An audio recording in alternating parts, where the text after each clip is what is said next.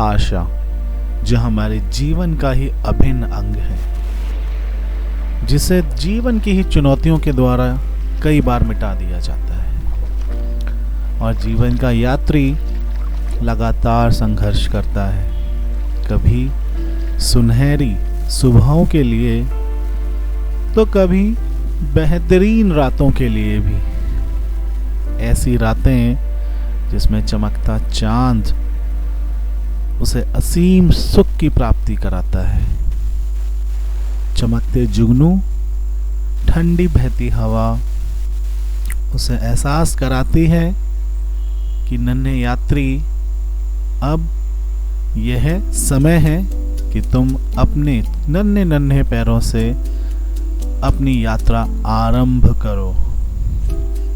और यहीं से आरंभ होती है जीवन में हमारी दौड़, हमारा पहला श्वास, हमारी पहली अनुभूति।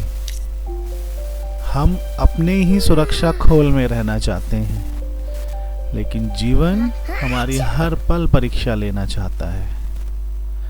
हम समझना चाहते हैं कि हम कहाँ हैं, हम कैसे दिखते हैं, हमारे आसपास का माहौल कैसा है, कहीं हम दूसरों से पीछे तो नहीं रह गए। और कोशिश करते हैं उस लक्ष्य को पाने की जो हमें थोड़ा दूर ही सही पर बड़ा आकर्षक नजर आता है।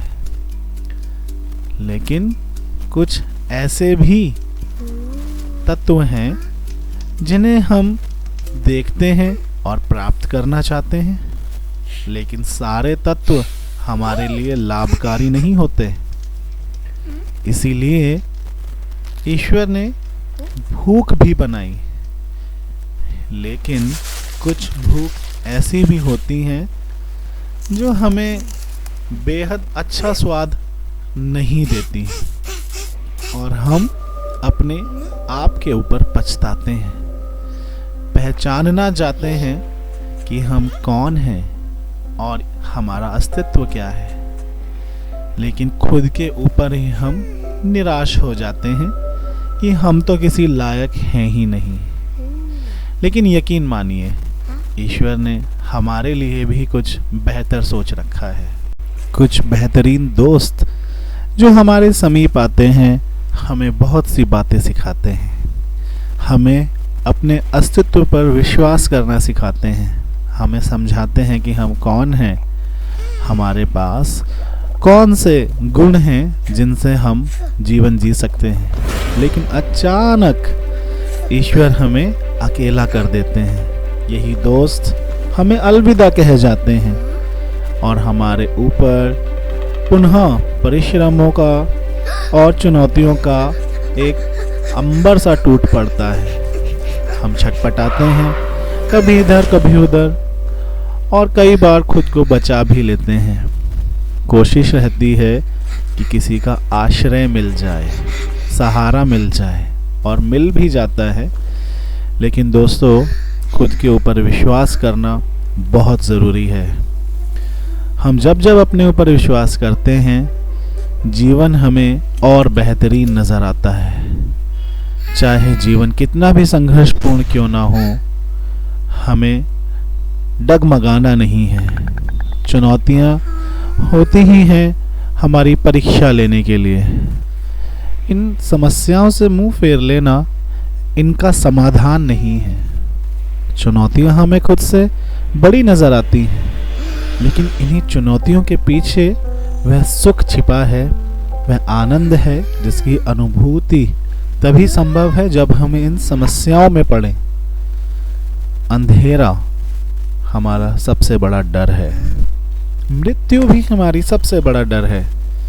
लेकिन सोचिए, जब हम अपने आप का अंत समीप देख रहे हों और ईश्वर हमें एक और जन्म दे, तो मुझे लगता है इससे बड़ा सुख और आनंद का अनुभव शायद हम नहीं कर पाएंगे।